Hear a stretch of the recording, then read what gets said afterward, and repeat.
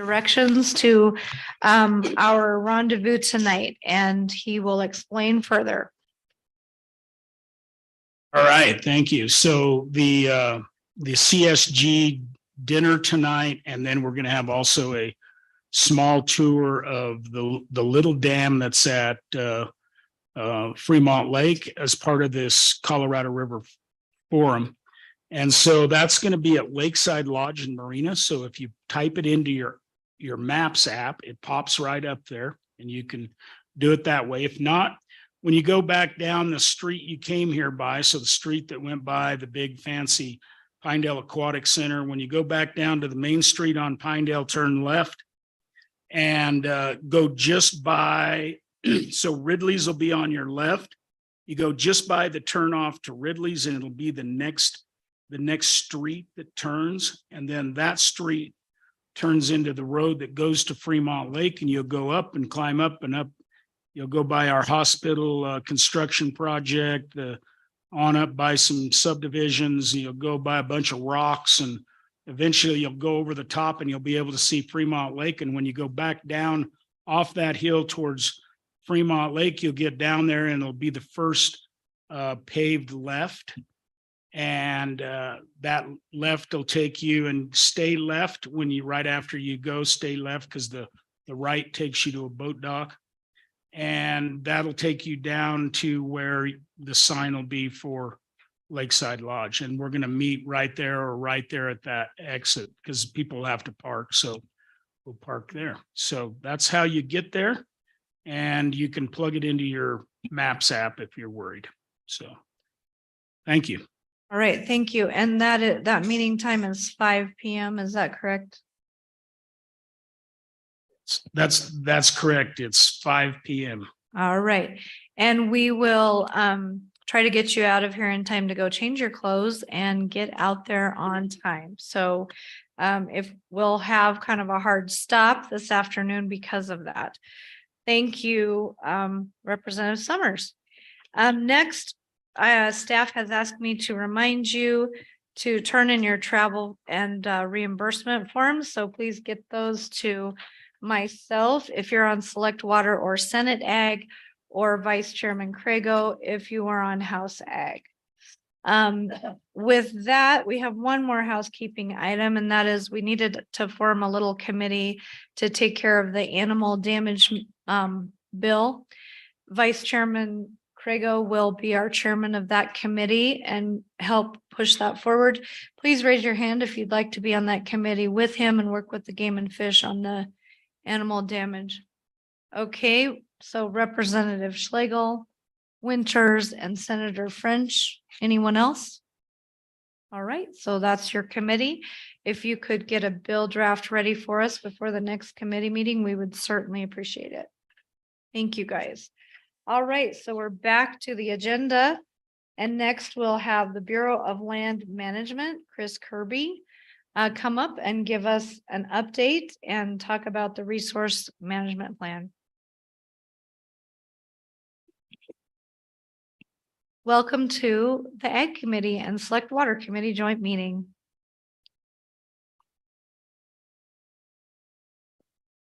Thank you, Chairwoman Steinmetz and Vice Chair Crago, and my apologies. I'm Chris Kirby. I am the Associate State Director for BLM Wyoming. And before I get started, I'd like to introduce my colleagues here, or have them introduce themselves. Good afternoon. Thank you for having us. I'm Kimberly Foster. I'm the field manager for the BLM's Rock Springs field office. And I'm Brad Purdy. I'm the Deputy State Director of Communications at the Wyoming State Office.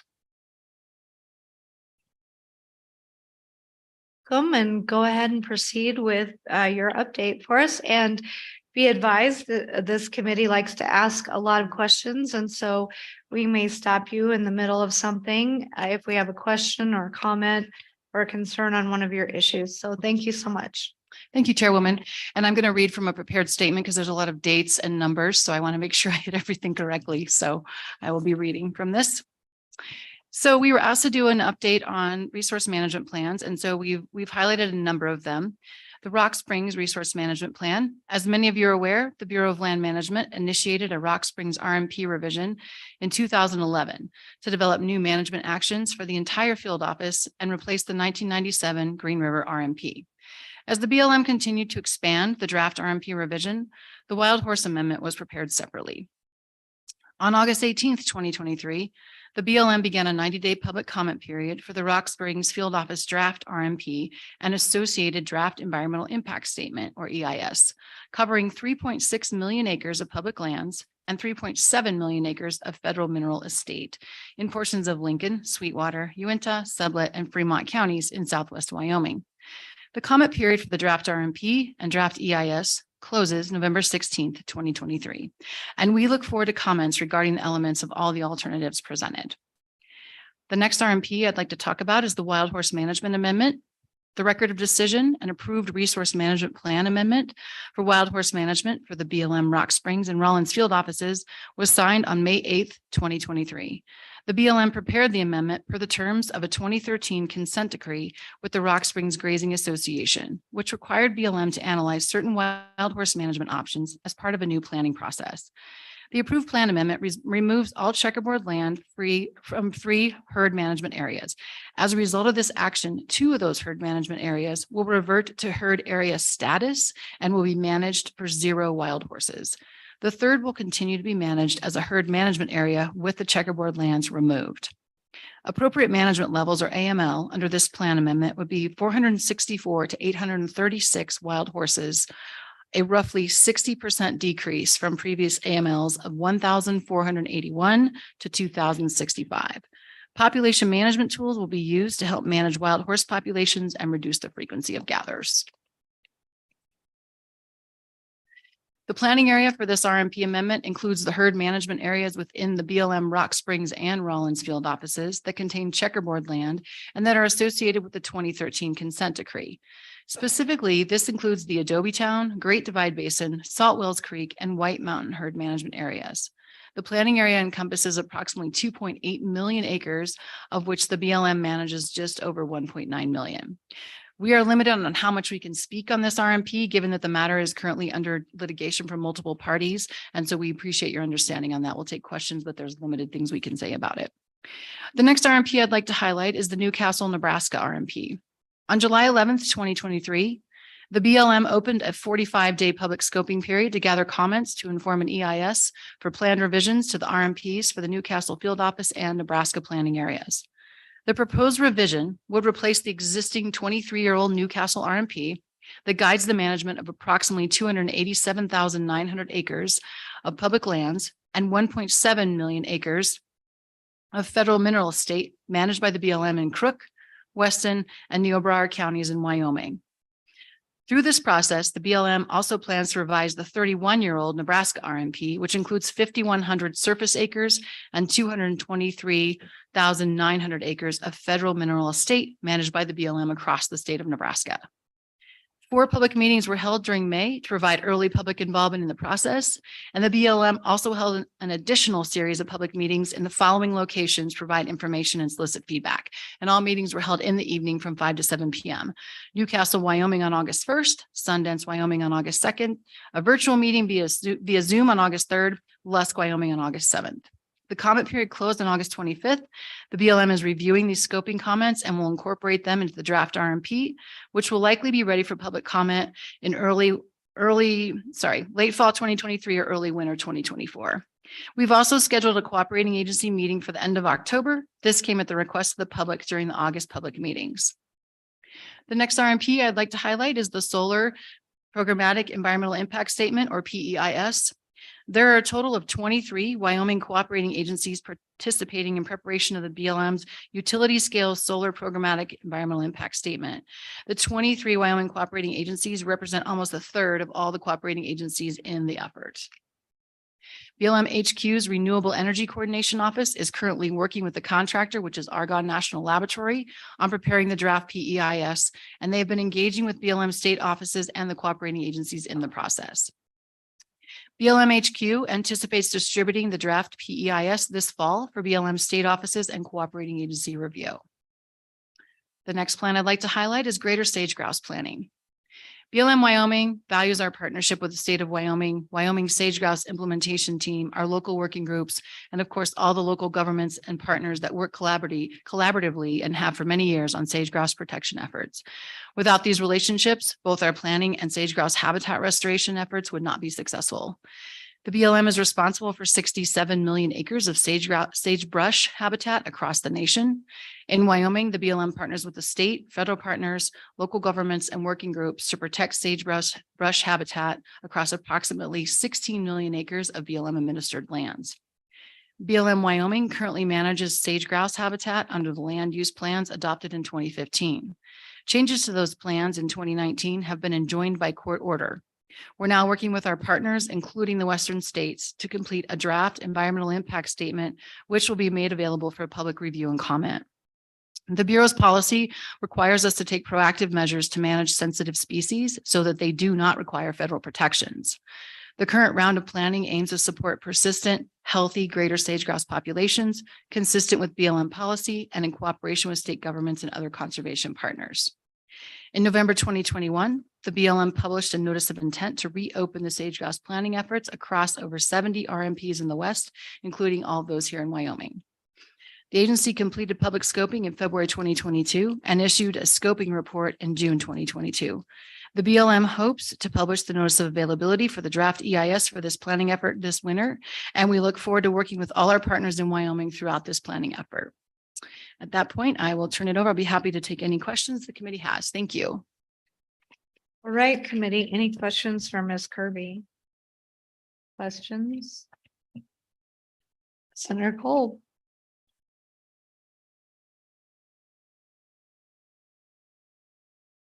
Thank you. Thank you, Madam Chairman. Well, I'd just like to circle back on the Rock Springs RMP. I'd like to know how many hours or staff attorneys, however you can categorize this, worked on this RMP in total time.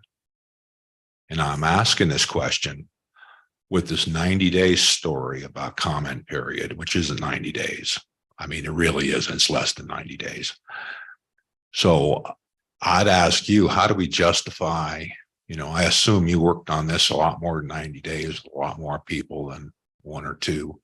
I'm sure it's a fleet of attorneys, but I'd like to hear, I guess, what you do know about the staff that put time into this. And then, and why is 90 days an appropriate period for someone to go over 1,300 or whatever the pages are of this thing and understand it with any knowledge to talk about it. So could you please enlighten certainly myself and others about what it took to compile this thing that took 26 years to come up with since the last one? Thank you. Thank you, Senator Kolb, for the question. Ed? Oh, sorry. Thank you, Senator Kolb, for the question. And I don't think we have the answer. We have not quantified the number of hours or number of staff time. We can certainly work on that. As I think I stated in my statement, we began working on this in 2011. And so, there's 12 years right there that we've been working on it. I will say, that obviously is quite a few hours of staff time and lawyer time. We can get back to you on the actual quantifiable hours if you would like that information. We can certainly put that together. I don't believe we have that. And then in addressing the question regarding the 90 days, that is a standard comment period. When we put out a draft environmental impact statement, we put it out to the public to comment on for 90 days. So it is a standard time frame. I'm hearing very loud and clear your comparison between 12 years to get this on the street and giving the public 90 days. That point is well taken. Follow up? Thank you, Madam Go Chair. ahead. I'm trying to be very metered when I say this. I mean, my district's in Rock Springs itself, right? From what I've read and tried to understand about what this RMP proposal, this is alternate B. And I assume that's what you're still supporting, the alternate B out of A, B, C, and D, or out of the four choices you have. The B is the preferred alternate. Am I talking about the right preferred alternate? It is abysmal. It is disastrous. It's for the culture and custom of the people that live in that district. And I'm afraid it represents the state of Wyoming's future. It's a disaster. I don't know how else to categorize what this proposal means to me. And I would like to certainly have commenting period extended beyond 90 days, my own opinion, because of the time it took you to come up with this. I mean, we can't, I just find it a huge overreach. I mean, I expected cooperating agencies to have some sort of comment that you listen to. And what I've gotten is that no one has listened to anything they said locally. Nada, nothing. And here is sit with this proposal that gets cooked up. It took decades to come up with, over a decade. And I just want to know, how do you justify, and I'll call it a taking of the lands within, we'll just talk about Sweetwater, you know, because that's the one I know most about. But how do you justify this piece of paper? I mean, I don't have the 1,300 pages in front of me. There's parts A and B to it. But how do we justify that doing all these environmental lockdowns is the right thing to do in totality for the state, that's where I'm coming from. So, I mean, I'd like to hear why it's a good thing. Thank you, Madam Chairman. Go ahead, Ms. Kirby. Thank you, Madam Chair. I believe if I understand your question right, you're asking us how we justify the piece of paper that we have put out. And so I think I would like to focus on, this is a draft environmental impact statement. We are seeking public comments. I mean, openly and transparently seeking public comments. And we would invite people to make their comments about what they think about it. This is not a final decision. This is not, the agency administrator has the authority after public comments are received to make a different decision, make the same decision. So this is not a final decision. I think it's really important to note that we're truly under comment period and we are legitimately seeking comments and want to hear from the public. I think you also had mentioned about extending the public comment period. That is, if people submit that in writing, we will entertain those requests. If people would like an extension of the public comment period, we will entertain those requests. All right, Ms. Kirby, I have a couple of questions then. What if the legislature requested that? What if this committee sent you a letter requesting that? Would you extend that public comment period? Thank you, Madam Chair. We would definitely consider that extension. We would take the letter and consider the extension. There would be a process we'd have to go through. And could I actually, in response to the earlier question, can I also ask Ms. Foster from our Rock Springs field office to add a little bit of additional information? Sure, that'd be fine. Then I'd have another question for you after that. Okay, thank you. Thank you. Thank you, Madam Chairman. So I wanted to follow up on Senator Kolb's question, and just to give you a little bit of idea about the process. So we did work with the cooperating agencies over the course of the last 10 years to develop the 4 alternatives, all A, B, C, and D. Well, A, of course, is our no action alternative. That's the 1997 plan. But we did, those alternatives were developed in coordination with all of the cooperating agencies. We are required by law to identify an agency preferred alternative when the draft publishes. And so that's what we've done. And keep in mind that our draft preferred alternative does reflect the administration's priorities. And so that's why we've identified it. But like Ms. Kirby was saying, it's a draft, and we were required as an agency to identify which alternative best meets this administration's priorities, but no final decisions have been made and all alternatives are on the table. So we can pick and choose management actions from any of the 4 alternatives in the final plan. And that's what the public comment is for right now, is to get that feedback so that we can make a determination about what is the best plan for Rock Springs. Right. Thank Well, you. I'll continue with my follow-up question and then we'll go to Senator French.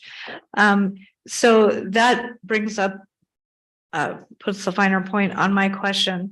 So if this administration's policy is at odds with what the people of the state, the cooperating agencies of the state, this committee, if we would choose to send you a letter saying that, and we have made public comment on this already, we've already sent a letter in on the BLM proposed draft rules. across the state that on the conservation component of that, of the non-use of the land. Then who wins out? Because you have conflicting interests there as to where this administration would take this agency and the management of the land that is within the borders of the state and being managed by you or the administration. So how does that work? Could you explain the hierarchy and just exactly how much of a say we actually have within our state? Thank you, Madam Chair. That's a really important question. We are required by law to take a serious look at all public comments received, and all substantive public comments received, which I'm assuming this committee is prepared to submit. It's not really a voting game or a kind of it's not, one side versus the other, and we don't do it that way. We have to take a serious look at comments that are submitted that bring up substantive issues that impact the community, that impacted various elements of the various elements considered in the RMP. And so it's not a matter of who wins out. It's a matter of what the law requires us to do under that significant public review. And I think I would like to ask Ms. Foster to maybe address some of those elements that we analyze specifically in the RMP that we would really have to consider when we receive public comments about how those comments relate to those elements, if you don't mind. Thank you.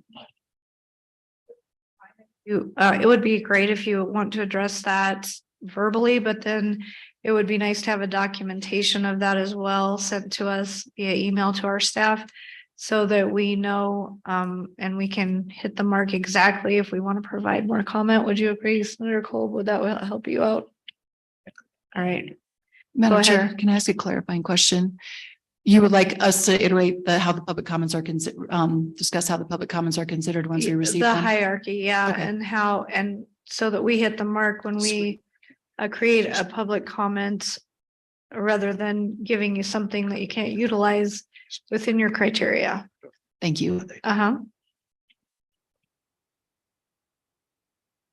You'd like, Sure. So I'll just remind folks, like Ms. Kirby was saying, and I think this is important for our public comment period, that it's not a voting process. We have a document in hand that has 4 alternatives that have been fully analyzed. And like I said, those alternatives were developed over the 10-year period that we've been working on this, and every one of them is analyzed in its entirety. Every one of them has a socioeconomic impact analysis, has a resource impact analysis, all of that. Alternative B is the agency preferred alternative, and it is a maximum resource conservation alternative. That's what it was intended to be. Alternative C is the maximum resource use alternative, and that's what it was intended to be. So it's a complete in that aspect. And alternative D is kind of a moderate alternative, kind of a mix of the two, kind of more, it's less restrictive than alternative B and more restrictive than alternative C. And I think that ultimately it's a broad range of alternatives. And the most substantive feedback that we'll get will be on the analysis that was done, the assumptions that were done. I heard earlier I was listening to the Forest Service, and you all were talking about that pre-planning, that analysis of management situation, the existing condition, the assumptions that we made about existing condition. Those are the type of comments that will really have an impact on where we go as an agency in our final decision.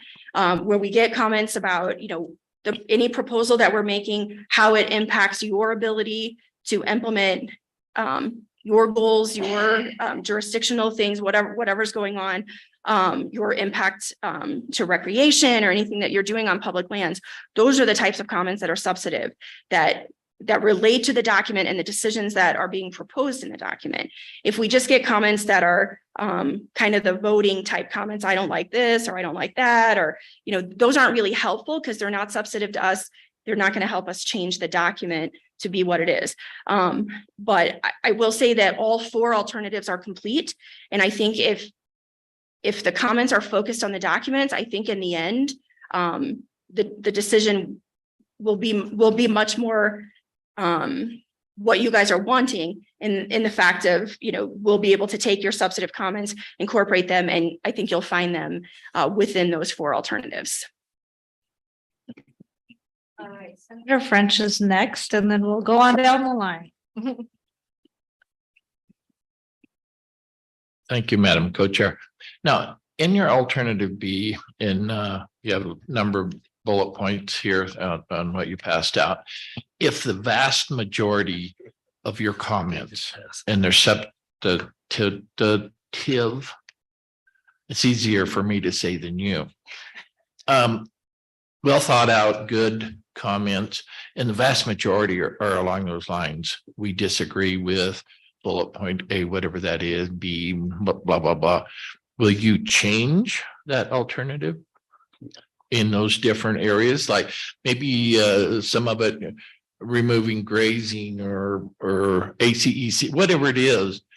And 80% of your comments disagree with your alternative. Are you going to change that document to reflect that? Thank you. Thank you, Madam Chair. I don't think we could commit to how we would change a document at this point, not knowing what those comments are. But as Ms. Foster mentioned, if those comments really address our analyses and maybe even show flaws or maybe missed data or things that we forgot, we are obligated to reevaluate those things and update all of our alternatives accordingly to address those issues. The current preferred alternative may end up, as she also mentioned, not becoming the preferred alternative in the final document. If enough of those substantive comments are received saying more like, okay, we like alternative D better because this analysis is better. This, as Kimberly said, in interactions with jurisdictional things, local recreation, things like that. I'm kind of giving hypotheticals right now, obviously not having comments in front of us, but we might then look and say, okay, maybe we're going to go out with agency preferred alternative D, or maybe everyone liked the no action alternative, et cetera. So we would have to really take them as a whole. And even if, like you're saying, it's an 80% don't like B, that might still be a mix of different things they might like. Like some people might like things in D, or they might like things in C or A. And so I think it would really, it's hard to say we would actually, change and go a different direction or commit to which alternative. We'd have to weigh those comments and weigh what came in and incorporate those into our final analysis before it went out. All right, we're gonna have to back up a minute. I forgot Representative Conrad, so he is next. Go ahead, Representative. Thank you, Madam Chair. My question is really directed, a couple of questions specifically. So Ms. Foster, question to you is, we've already talked about, and I have made it through only 674 pages so thus far. I'll work on the Appendix B next. But my question to you is, respectfully, on page 11, you had mentioned the socioeconomic impact, thus of the four options. Therefore, you chose B, which, if I can reiterate, with constraints relative to all alternatives, conserves the most land area or physical, biological, and cultural resources. That's what was chosen, correct? And as you pointed out already, thank you, item C, or alternative C, was the maximization of energy and mineral development and other commodity uses, correct? So my first question to you is, as we look a couple pages down, it mentions in your graph, and I'm referring actually to page 12, within that you have solid leasable minerals. And my question specifically pertains to soda ash or trona in this case. Trona open, you have a value, and then you have a trona closed. My first question to you is, can you clarify or quantify with an alternative B, there's 1.8 million in open, and this is acres, and alternative B for trona closed is 2,000,001. Does that mean that you're excluding 2 million acres for soda ash development? Yes. Okay, question B, Madam Chair, follow up. So my question then, based on 1954 and the known soda ash lease agreement, the KSLA, what about that area now? Is the BLM going to enlarge that area such that which we believe was grandfathered for the KSLA in terms of leases, et cetera, so forth, designated specifically for soda ash development, is the alternative B actually going to take away some of that grandfathered KSLA land, which was granted to us, federal government, in 1954 specifically? Yeah, Madam Chairman, thank you. So most of the known sodium leasing area, the KSLA, is actually not in the Rock Springs field office. The vast majority is in the Kemmer field office. Okay. So if you know, it looks like a snowman. I do. The KSLA looks like a snowman. Basically, just the bottom of his body and a little bit of the side of his body is in the Rock Springs field office. Agreed. And that remains open to Trona leasing, if you look at the maps. there are no restrictions in the KSLA for sodium or, excuse me, solid mineral leasing. And we don't have, and no decisions are proposed for the Kemmer Field Office. That's a separate plan. All Follow up. right, go ahead. So for clarity, and I apologize for my slowness. Alternative B does not infringe or take away any of the grandfathered KSLA leak. That's correct. You're good. All right, we're gonna head this way, then we'll head back your way. Representative Larson first. You, Madam Chairwoman. My question has to come with, or comes from historical decisions and other RMPs across our region. In your experience in the past, have these decisions, have you just patched the comment issues? Administration? Let's pause for a moment. Will we get you a working microphone? It seems like we're dwindling. We're down to very few microphones.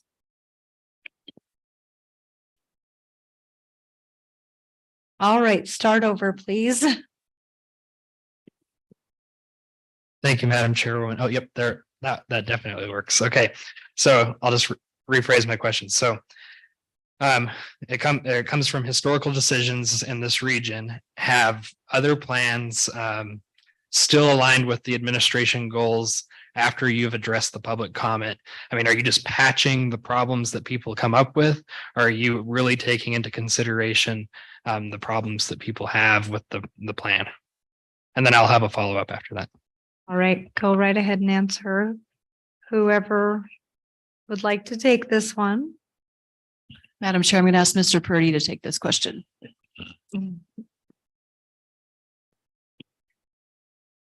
So I think when it comes to the public comment, especially when I'm, speaking to members of the public, when they call and ask me about that, this is the most important time of a resource management plan right now, public comment. And yes, I think every comment is looked at, every comment is addressed, and comments do move RMPs. Right now, can we go outside of where the RMP is? Whatever that might be, something that's not analyzed within the RMP. No, we can't do that. Like Kimberly said, and we've said over here, that range of alternatives remains on the table all the way through the process, all the way through the record of decision. Right. And what those public comments help us do is find within those range of alternatives, where's that right spot? And I'll ask Kimberly to correct me if I'm incorrect, but all those comments are addressed. So every comment that we get will be addressed. Now, oftentimes we get form letters. A group will come up with a letter, send it out, and that's one comment. We're not going to respond 5,000 times to the same form letter. We'll address that one form letter once. That's where we get into, it's not a popularity contest on alternatives. We need those substantive comments. Does that answer your question, Representative Larson? All right, have you got a follow-up? Oh, sorry. Okay. Oh, sure, go ahead. I just wanted to give an example, a most recent example of how we changed, particularly in a resource management amendment, the Wild Horse Amendment. In the draft EIS, the preferred alternative was different than the final preferred alternative that was issued in the record of decision. And that was specific to the White Mountain herd management area just north of Rock Springs. And the main reason that the change was made between draft and final, even though the agency had originally planned to zero out the White Mountain herd, based on comments from the public, particularly the governor's office, in relation to visitor use of the White Mountain visitor loop, couldn't think of it, pardon me, the Wild Horse Loop, thank you, and that type of thing. And there was some questions about the socioeconomic analysis that was done and whether we had accurately captured that. And so we updated that analysis and we ended up changing the agency's preferred alternative between draft and final. Go ahead, what's your follow-up? You, Madam Chairwoman. So you mentioned that you guys address all of the public comment that is substantive. But are you required to change the plan based off of the public comment, or can you just stick with the administration if you want to? Is that something that staff and BLM can decide to do? They don't have to listen to any of the public comment. Thank you, Madam Chair. We are required to address all the public comments and incorporate them into the alternatives that are in the final record of, or final EIS that's released. Whether or not the preferred alternative changes, I think it depends on, again, I know we keep going back to the substantive nature of the comments, but it really depends on how they update and change and modify our analyses. I mean, obviously, at the end of the day, we all report to an administration, right? And so they do have significant input on what the final decision is, but we are required by the NEPA process to evaluate all of those comments, legitimately incorporate them into the final document and make alternative decisions if it makes sense to do so. Are you good? Okay, next Senator Hicks, then Senator Ide. Oh, and then there's a whole host of, and then we're just gonna go on down the table, guys. So, all right, we'll start with Hicks, Ide, and then go on to the other side. Madam Chairman, I just, as I looked at all the hands come up, it reminded me as somebody that's old enough to remember the Three Stooges. It's just like somebody walking down here and just slapping everybody as they go by. But anyway, Madam Chairman, first I want to thank you for coming, because this is not easy, and you know there's a lot of concerns. And so the intent here is not to kill the messenger, but to relay our concerns with the message. So first, I want to thank you for coming and doing the tough job, and appreciate the fact that you're here. So on the very high scale, we talk about administration's priorities. And so we've seen this current administration been overturned numerous times by the Supreme Court with their priorities. Probably the most lawless administration in the history of the United States. That's an editorial. But I think, I can sit here and recite a number of Supreme Court cases where they've been slammed down over and over and over again, from EPA rules to student loan forgiveness. So when you guys craft these alternatives, to your solicitors then turn around and look to make sure, I don't care what the administration's priorities are. I'm concerned with what's consistent with the laws of the United States of America and what's consistent with BLM planning rules, BLM regulations. And when I read through a list of these things under the quote conservation alternative, which quite frankly is somebody that spent their entire career in conservation, this is not conservation, because it lacks multiple use component, or it operates under the perception that multiple use cannot be conservation. This is a preservation alternative designed to eliminate every industry sector that currently operates on those public land. But does your solicitor look through these alternatives and make a determination where you might be NEPA challenges or challenges in other sections of the law? And my guess is even if they do, that it doesn't resonate with the answer of the administration's priorities, it probably gets overlooked. So one of the questions specifically that I can't think that I came up that gets back to this, so let's don't call it the conservation alternative. Let's call it the anti-multiple use alternative, as to which it more adequately reflects. Not having the document in front of me. So two questions. Number one, what is the economic impact associated with the conservation alternative versus the other alternatives? And how rigorous of an economic analysis was that entailed? And two, there's another component that's consistent with the planning rule, also the National Environmental Policy Act, that says as part of analysis, you have a responsibility to review those local land use plans from the counties. And then in the environmental impact statement for every single alternative that you put, you're supposed to identify why this alternative is inconsistent and can't be implemented as associated with those local land use plans. Was that done as part of the draft environmental impact statement? So the two big ones, local land use plans, and then the economic impact. And what did you do as far as modeling for the economic impacts? How far did you reach out? At what level? I'm trying to understand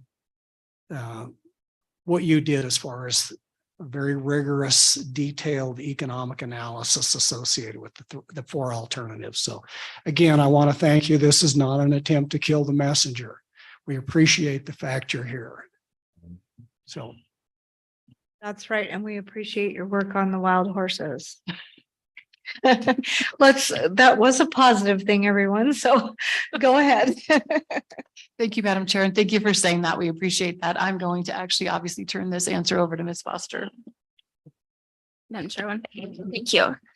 So I'll address the socioeconomic one first. So we did run in-plan on all four alternatives. And then the governor's office actually ran REMIS as a secondary methodology to look at that. So as far as the actual results of that, I don't have the numbers in front of me. I'm sorry, I don't have those all memorized, but there is an economic analysis for each of the four alternatives from the in-plan model, which was the BLM model, and then the REMIS model that the governor's office ran.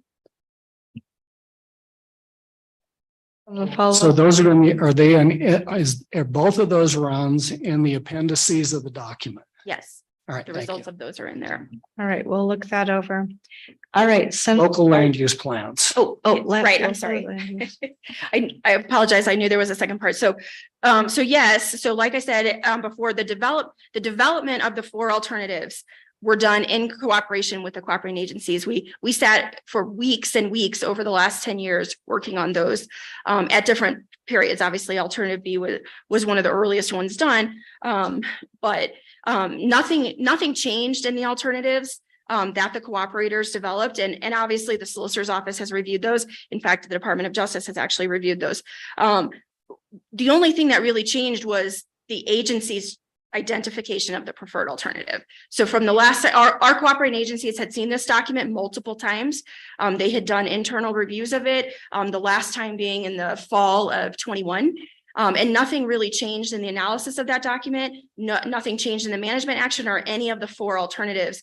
The only change that was made was the agency selected a new preferred alternative, and that was alternative B. And so from a land use planning perspective, that was incorporated as we developed the alternatives. And then of course, once a final EIS is done, the governor has the 60-day opportunity for a consistency review specifically to the agency's final preferred alternative that will be the proposed plan. And then the governor will have 60 days to do a consistency review for the state for any of those county and local plans, but they've been incorporated throughout the period of time. So, Madam Chairman, and the development of an alternative is not the same as the obligations of the federal government to address the inconsistencies with local land use plans.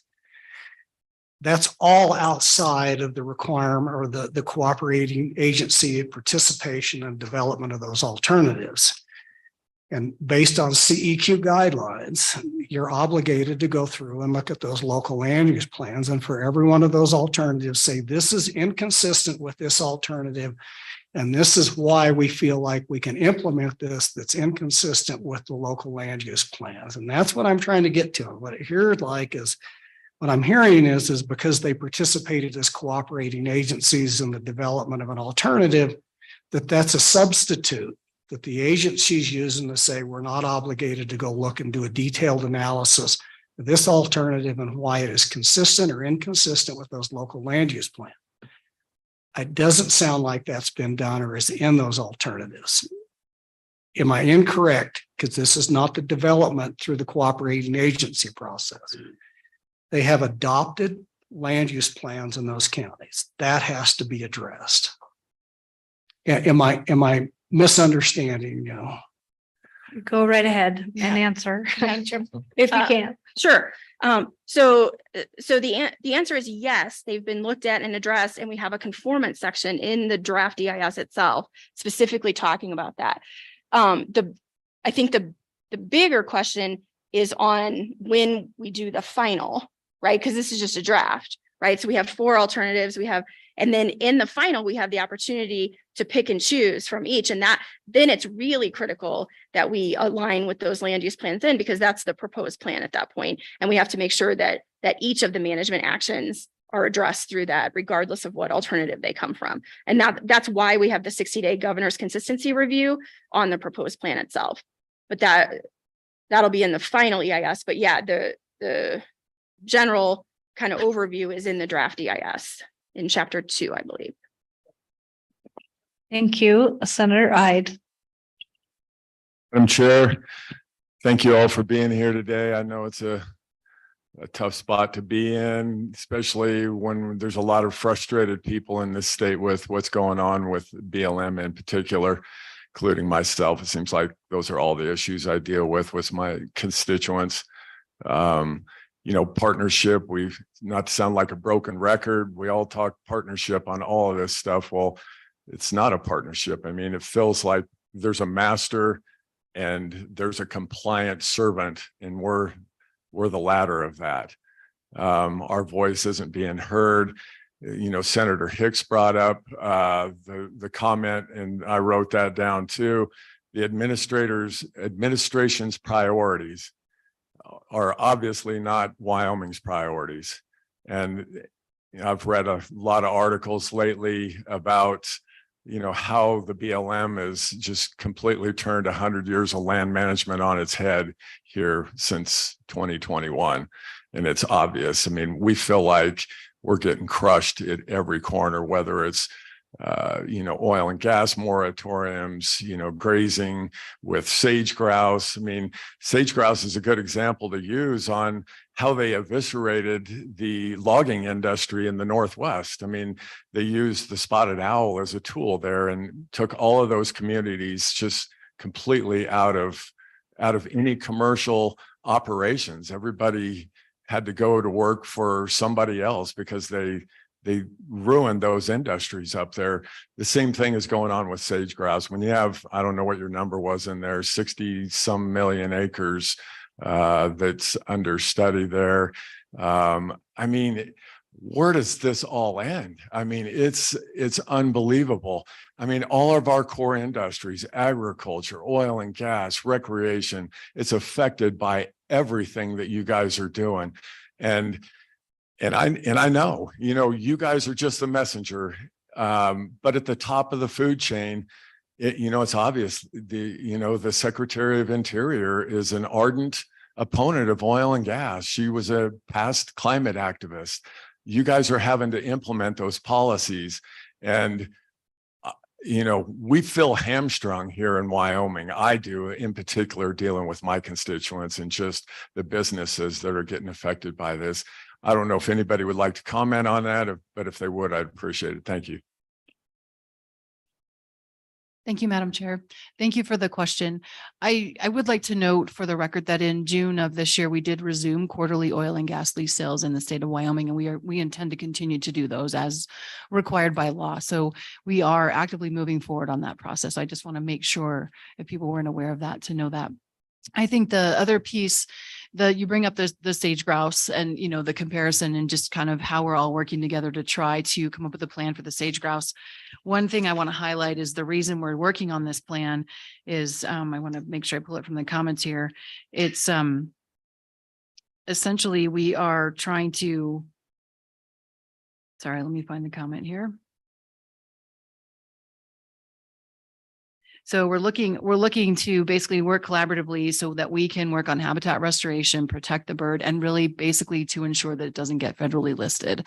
And that's really important because once something becomes federally listed, there are a whole different layers of protections that come in place, and a lot of things that people have to do, and landowners, actions that landowners have to take that can be expensive, can be, like you said, they can have impacts on industry, they can have impacts on communities. And so one of the things we're really ardently trying to do with the sage grouse planning is collaboratively come up with a good program and a good process that works for Wyoming. Our team is constantly meeting with the team from the state and the CIGIT to make sure that we're really taking into consideration input from the communities, input from local areas, input from industry, input from environmental organizations to really move forward with a plan that works for the state and make sure we're on the same page when that plan goes forward. So I think those are maybe two of the key things that I could address. I'm not sure if I can address the larger global things, but I appreciate the comments. All right, we'll go on to Representative Conrad. Madam Chair, thank you. And again, thank you for being here. I apologize, I'm remiss in thanking you, Ms.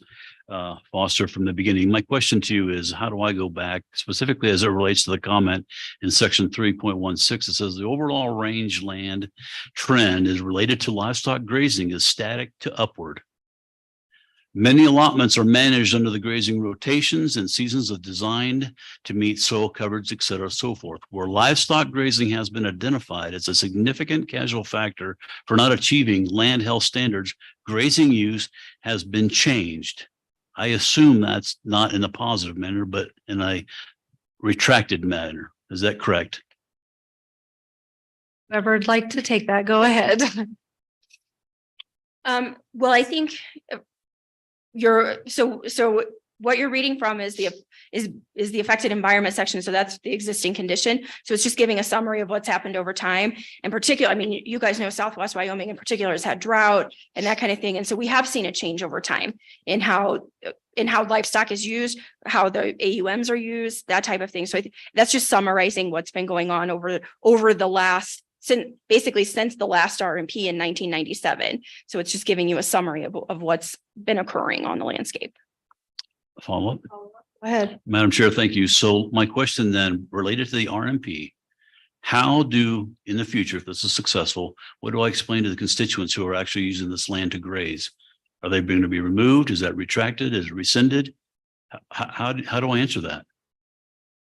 Go Madam Chair, ahead. Thank you. Grazing, there are management actions proposed for grazing in all 4 alternatives, including obviously what we're currently managing today. That's the no action alternative A. There's very little change proposed in alternative B. There are a couple of areas that would be closed to grazing, particularly in the Red Creek area in Southwest Wyoming, closer to the Utah line. That actually hasn't been being grazed for about the last decade or so anyway, due to some fire activity in 2012. But that, and then there's just a few other little areas. Otherwise, grazing management there's not a big change between the alternatives. And you can look in the chapter 2 table that's there, provides all the grazing action. There's a grazing section, and you can look across all 4 and see a comparison of the actions that are taken in each in each of the 4 alternatives. Thank you. All right. Who had their hand up next? Representative Summers. Madam Chairman, thank you. So I'm looking at a sheet. I don't really know who gave it to me, but I just want to go off it and you give me a nod if it's accurate. So the amount of surface areas in this RMP is 3.6 million acres. Does that sound about right? And the amount of increased area of critical ecological concern, ACEC, is 1.3 million acres. Is that correct? Of increase, yes. Of increased ACEC. Yes. So my question, I've got 2 questions, but one is on the ACEC. So there's a separate process, a separate BLM rule out there that's expanding the definition of ACEC. And so what I'm trying to understand is this 1.3 million acres of additional ACEC under existing regs for increasing an ACEC, or is this betting on the come that the BLM rule will be passed that actually allows more flexibility to increase ACEC? So under which designation is this ACEC being expanded on? Thank you, Madam Chair. So that's under existing regulations today.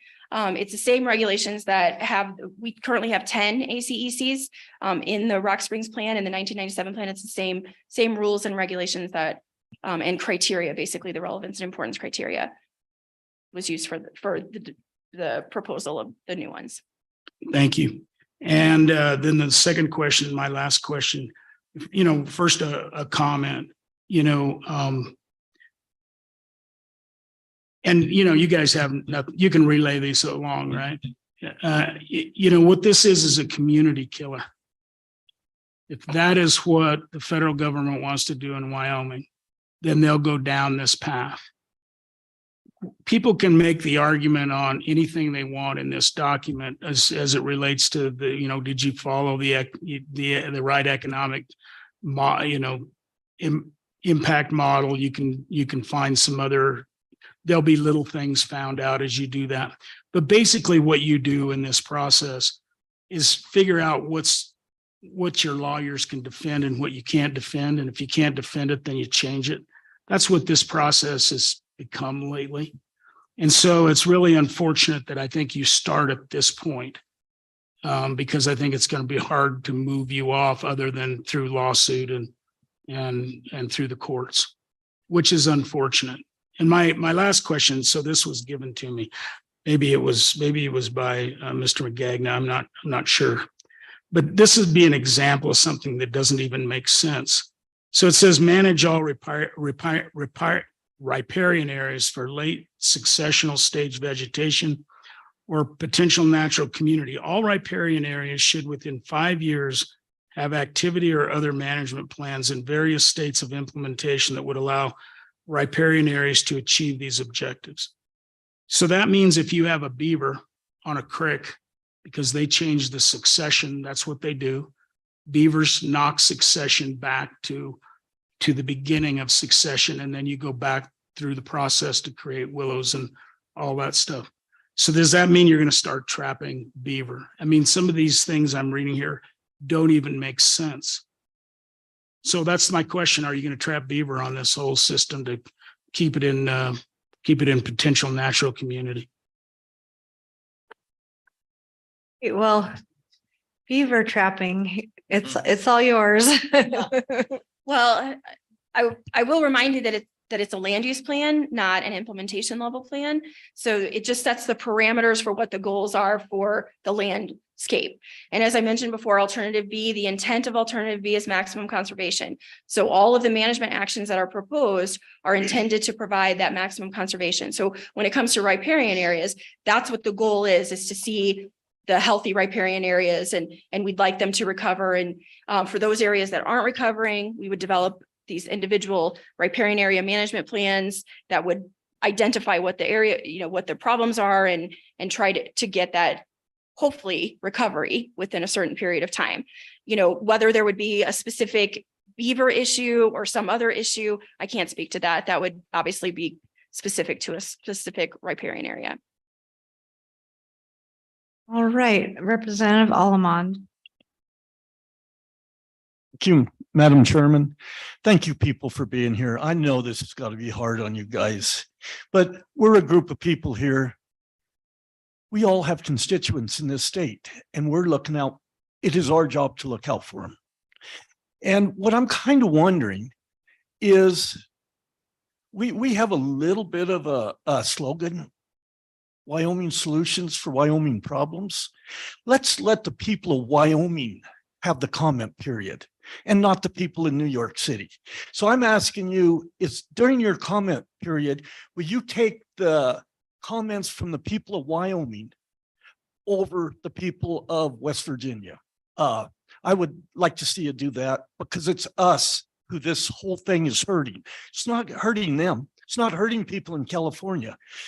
The actions of the BLM is going to hurt Wyoming, and it is a community killer. So would you take the comments of the people of Wyoming over the comments of people in Tallahassee? Thank you. Thank you, Madam Chair.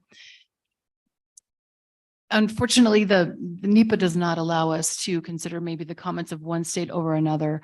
I think where the comments from the people of Wyoming would make a difference, though, is you have the capacity and the knowledge to comment on the specific local impacts, the socioeconomic impacts, probably have larger knowledge of the uses of the land that occur there, how the communities will be impacted, and things like that are really substantive when we're looking at our comments. So while we can't, draw that circle and say, okay, who is geographically closest to this area? We're not allowed to do that. It'd be a violation of NEPA because it's public comment, but we do, you guys have the upper hand in Wyoming because you have that intimate knowledge and those connections with the community to make comments that really are substantive when evaluating this plan. Follow up. Thank you, Madam Chairman. Again, thank you. But, you know, we had wolves shoved down our throat. We have prairie chickens, sage chickens shoved down our throat. We have raptors stopping oil production, stopping road graders from grading roads. Now we're going to have the BLM once again, not take our opinions, but take a lot of other people's opinions. And I don't think that's right. Thank you. All right. Okay, Representative Winter.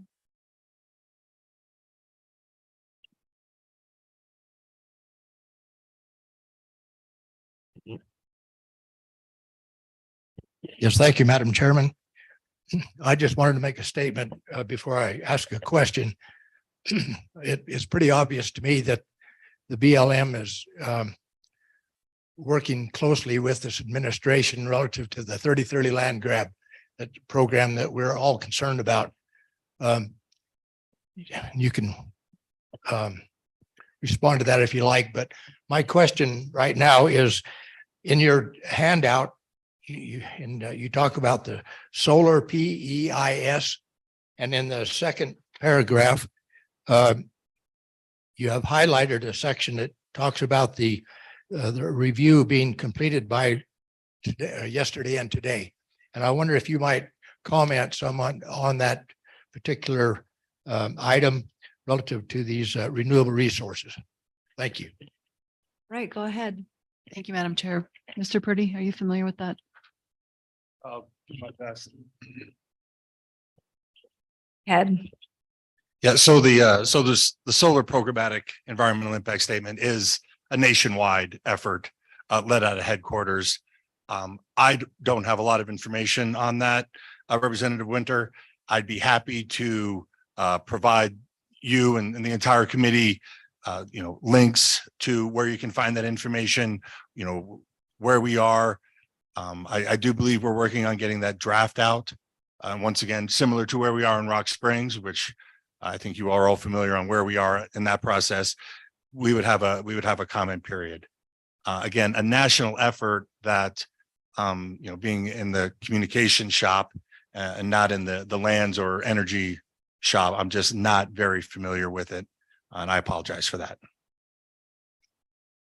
All right, okay. Senator Hicks and Representative Nyman.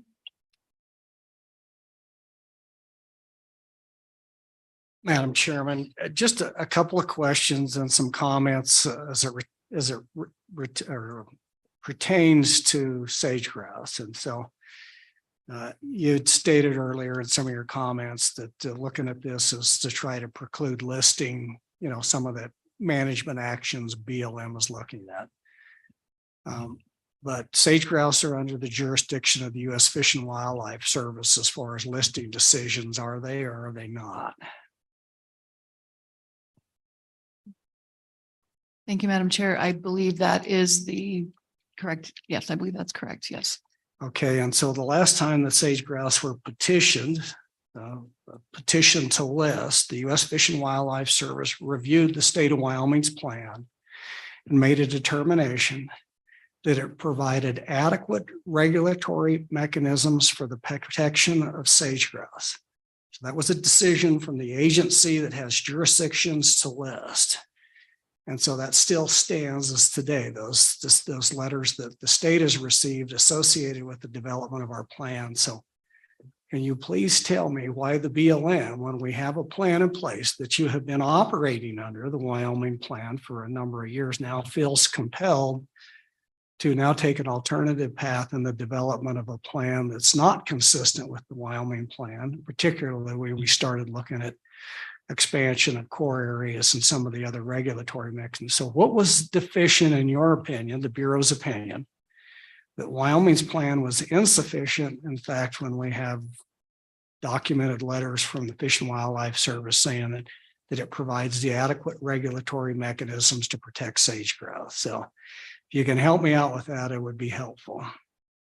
Go ahead. Thank you, Madam Chair.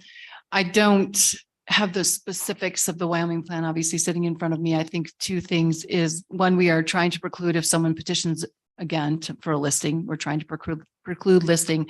But I do know that the BLM wide, BLM proper, not BLM Wyoming, is the ones that made the decision to move forward with a new plan. So it wasn't really in the hands of BLM Wyoming. This was a BLM agency wide decision that we would move forward with a new plan.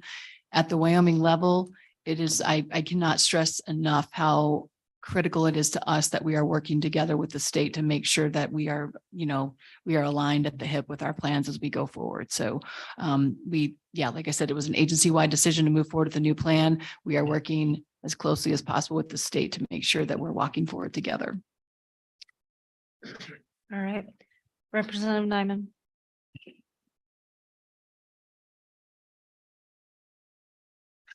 Where do you begin? I'm just sitting here listening to this, and I just keep reminding myself how thankful I am I don't have you folks as neighbors. And quite honestly, I mean, that's funny. It sounds funny, but when I read through this, I mean, when you talk about your concern for the social and economic impacts, I mean, and I read here where you're creating hatcheries for predators, and you stop and think about what are the impacts to the folks that join BLM properties. You have to emphasize non-lethal methods.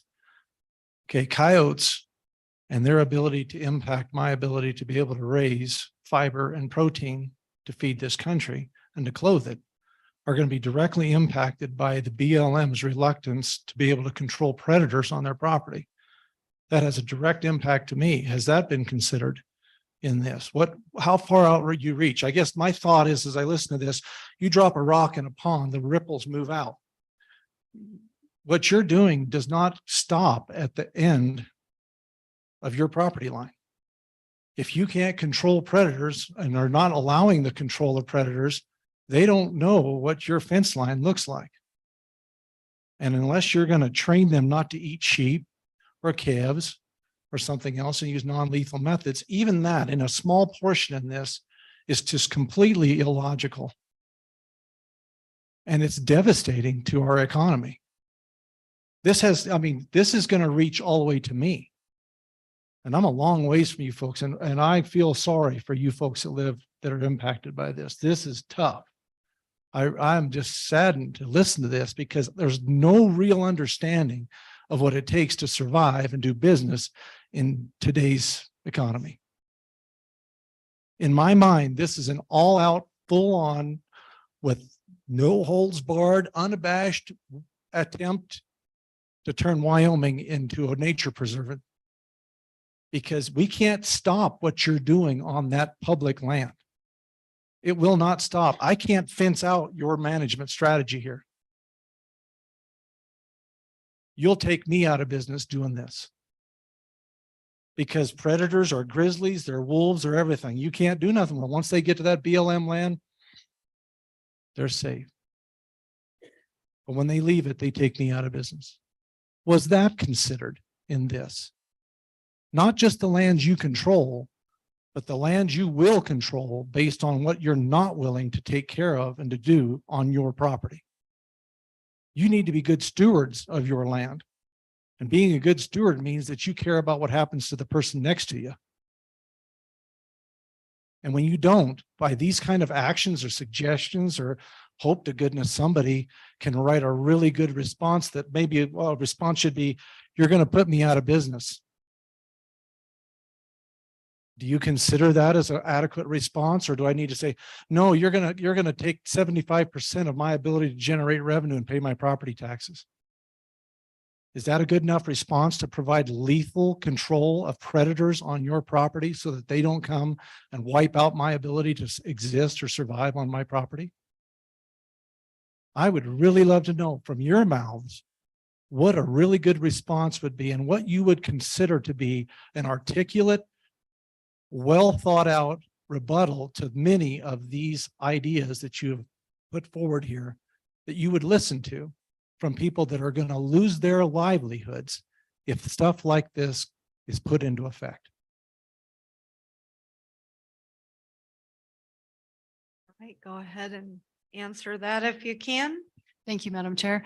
I think the manner in which you just articulated your concerns are, in my mind, very credible. Those are very articulate. You had data, you had facts associated with them. I think pointing out those impacts of what goes beyond our boundary is important. We do look at cumulative effects, socioeconomics, we've highlighted multiple times. And so I think talking about those larger impacts in the community, and making that connection, like you said, just saying you're going to put me out of business and putting that in, we're going to be like, well, how, what's your business, right? What do you do? We don't understand what that means. But if you provide that data and that details. Food and clothing for you.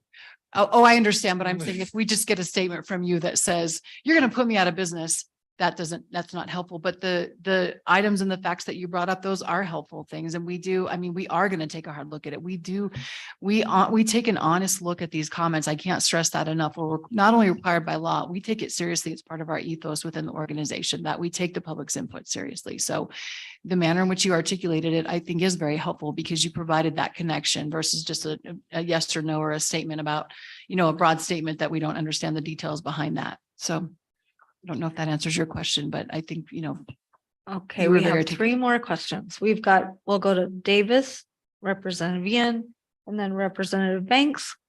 Kick us off, Representative Davis. Thank you, Madam Chair. Just sitting here listening to this and this taking that is being proposed here, and you said you've been developing this for the last 10 years. The work that has gone on the ground in the form of conservation, reclamation, rangeland development, water fencing, none of that is being considered in this. It's being all thrown out. It's like it never occurred. Where is the credit for what we have done in the last 10 years, other than what we're seeing here as if we have done nothing except abuse the ground out there? So I don't quite understand the frame of mind on the development of this. You're not taking into any consideration what the people of Wyoming, industry, etc., has done on behalf of the state of Wyoming and to protect the grounds of this state. Right. Go Thank ahead you. and respond if you'd like. Okay, and I'll ask Ms. Foster to respond with details, but I wanted to just point out all of the alternatives are still on the table. So none of them are thrown out. The agency is required to put forward a preferred. So none of the alternatives are thrown out. Just because something isn't preferred doesn't mean it's thrown out. I don't know if you have additional details on specifics on what Representative Davis asked about. Yeah, Go right ahead. And Thank we're you. going to try to wrap this up in the next 10 minutes or so because we are running a little bit behind. But so we'll try to, because I think we're starting to get a little bit repetitive in some of our questions, not to discourage you at all. Okay, go ahead. well, I think I don't know what you're looking at, so I can't speak directly to that, but I will say that in the document itself, the environmental impact statement, there are baseline conditions that are considered, and that's chapter 3. If you think that that's not adequate, that we didn't capture something in the existing condition, then that would be a fantastic comment for us, because that's something we can easily update. All right. Representative Ian. Madam Chairman, maybe just to begin, I'd like to caution my colleagues on accusations of lawlessness from the current administration, just because I think that there is something from the previous administration that I would say would be the most lawless action that would trump all other administrations. But the one thing that I think would be good for my edification would just be learning what would be the result of the listing of sage grouse from the BLM perspective. Maybe when it comes to leasing, what would actually happen in a hypothetical if sage grouse ended up being listed? All right. Would that be within your scope to actually be able to comment on, or would that be more of a question for the U.S. Fish and Wildlife? Madam Chair, you're absolutely correct. Yes, that's what I was going to say, is that I can't really provide the details of that because Fish and Wildlife Service would be responsible for outlining those guidelines. All right. Go follow up. Yeah, Madam Chairman, thank you. But from my understanding that there would still be federal, with listing, there would be parts where it would affect land that is being leased by federal agencies. Isn't that correct? So maybe you couldn't elucidate on a hypothetical of what that would mean for the BLM in their ability to lease land out? Go ahead. So yes, you're right in the sense that if a species become listed, we have to, the Fish and Wildlife will designate critical habitat. That obviously is the best of the best, right? So we've kind of identified the best of the best here in Wyoming. We consider it priority habitat. If it becomes critical habitat, then you have to do a Section 7 consultation at BLM would with Fish and Wildlife on any action that would take care of that. And my guess would be leasing would be off the table. That's just a hypothetical, but leasing a critical habitat is unheard of for any species. All right. Does that answer your question? Oh, go ahead. And thank you, Senator. And if I may, just a reminder, I mean, the whole goal of the sage grouse planning, prevent a list that be in 2015, 2019, and today. I mean, that's what we're shooting for here. And I think one might be going out too. Yes. So I'll just naturally raise my voice that my preacher father helped me develop as I read scripture from the pulpit. But I mean, let's not, and I think sometimes we might lose that, right? That's a shared goal amongst all of us, right? To prevent that listing. And I know we've had a lot of focus on the Rock Springs RMP, but let's not forget that sage grouse work that we're currently under is just as important and critical to the state. The state of Wyoming has led this effort from before there was national sage grouse planning. I was here before 2015 when those efforts were going on. So as that continues to go on, please continue to work with us and to continue to provide those comments and that leadership that we've shown here in Wyoming from the very beginning. All thank right. Thank you for that. Are you good, Representative Yen? All right. Next, Representative Banks, and then we'll come back to Senator Cole. Thank you, Madam Chairman. My question is about the involvement of the cooperating agencies. It's my understanding that the reason we have that is for input by different stakeholders around the state, different agencies that represent us here in Wyoming, to bring input to prevent the types of proposals that are here before us. And I have a hard time believing that for the past 10 years, these agencies didn't raise concerns about our grazing for our ranchers, our oil and gas producers, our recreation. And so my question is, are those agencies and their comments and their input taken seriously? Are they saying noted and cast into the trash bin? Or is it simply just having them at the table to check a box? What is the role, and is that input valued in these kinds of decisions made? Or is it simply noted, but this is how we're going to go forward? Thank you. All right, go ahead, Ms. Foster. I'm sure the microphone is losing it. So obviously, particularly for the Rock Springs RMP, like I said, the cooperating agencies were there in the room when we were crafting the alternatives. Every single management action that was done for alternatives A or B, C, and D, because obviously A is our existing plan. We were there together writing every single management action across the board, looking for comparisons. And keep in mind, the intent of those alternatives was clear from the beginning. Alternative B was intended to be maximum conservation. Alternative C was intended to be maximum use, and then alternative D was somewhere in the middle of that. So they were there in the development of that. So was their input taken? Absolutely. Go ahead.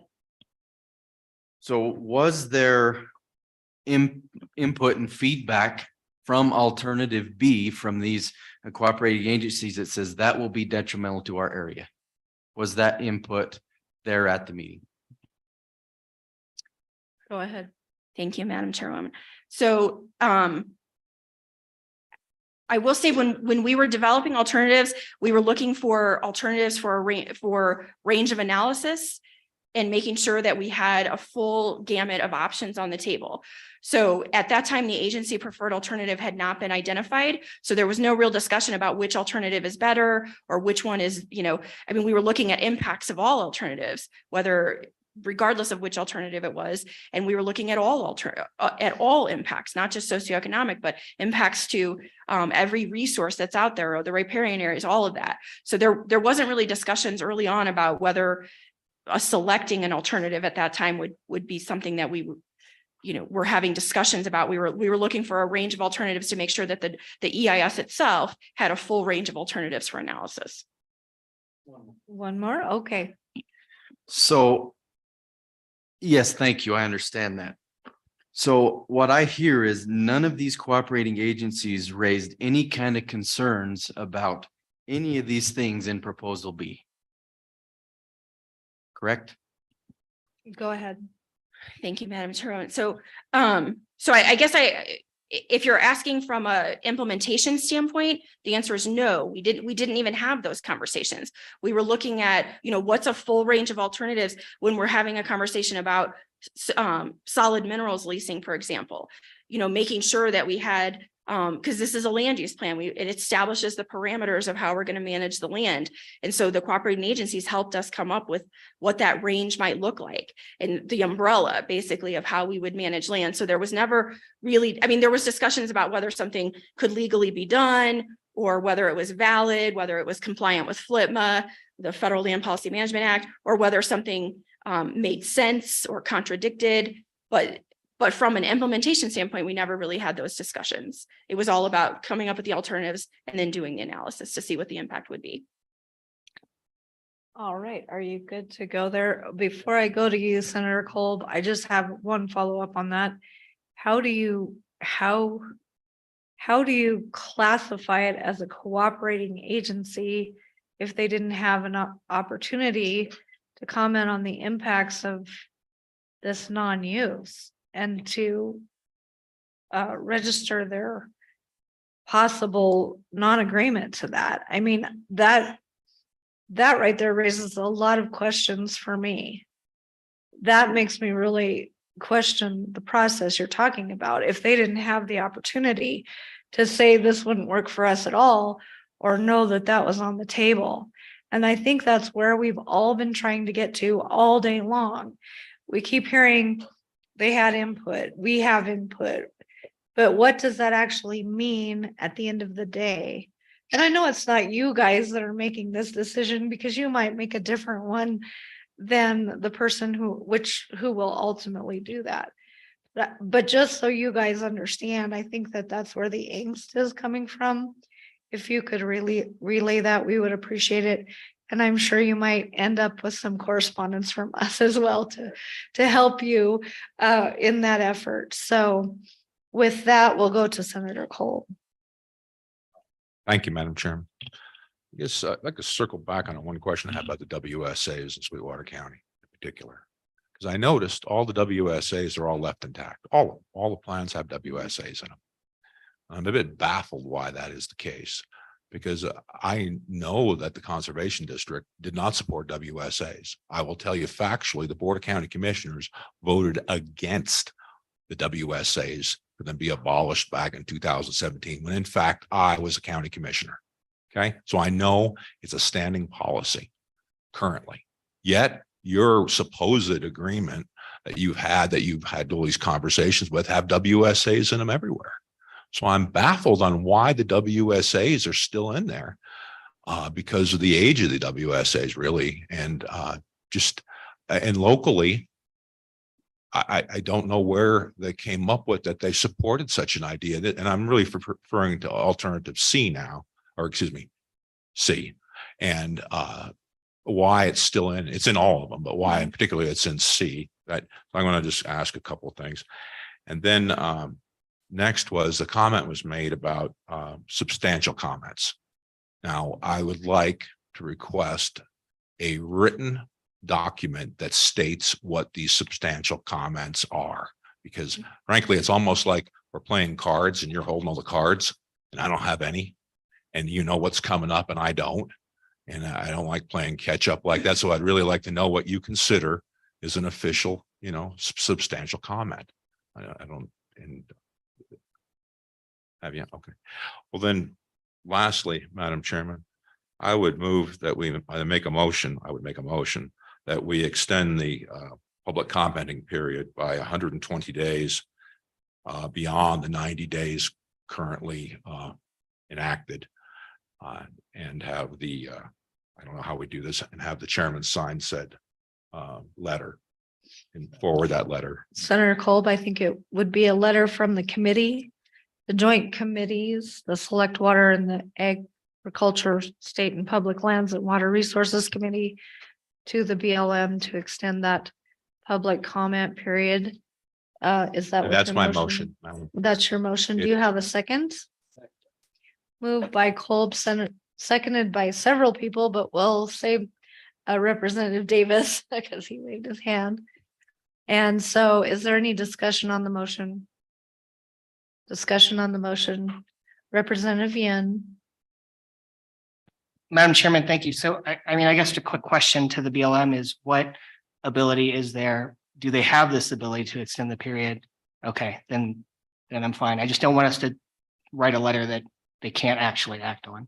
Representative Yen, early on in the questioning period or the back and forth, we determined that anyone can ask for an extension of public comment. So, all right, any further discussion?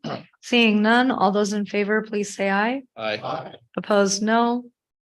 The committee will, and staff got that, I'm sure we will draft up a bill asking for an extension of the public comment period to be extended 120 days past what your normal public comment is. And seeing no further questions and being behind schedule, oh, one more from Senator French. I'll be brief. Of the four alternatives, B, the one you are choosing with the maximum conservation, and C, maximum utilization. Why did you choose B, maximum conservation? Were you directed from Washington, D.C. on that? How did you decide maximum conservation over maximum utilization? Thank you.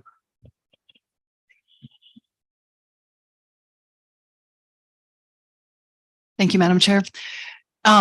As Ms. Foster mentioned early on, the conservation is an administration priority, and ultimately that's why it's currently listed as the preferred alternative. Again, stressing one last time, all the alternatives are still on the table. We encourage everyone to comment. There's a range of alternatives, but yes, the alternative B meets administration priorities. Thank you. All right, well, thank you very much for your time. Final comment?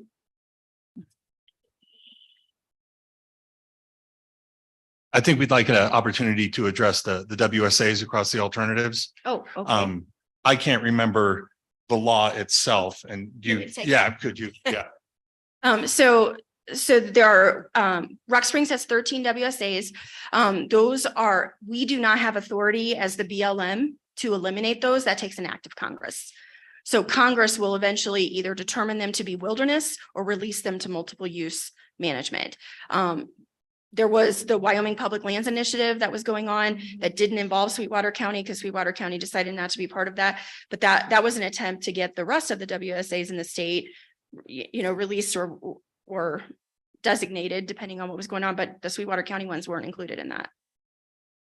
All right, one last question. This is it. Well, I dispute. We gotta that. keep going. I dispute that fact.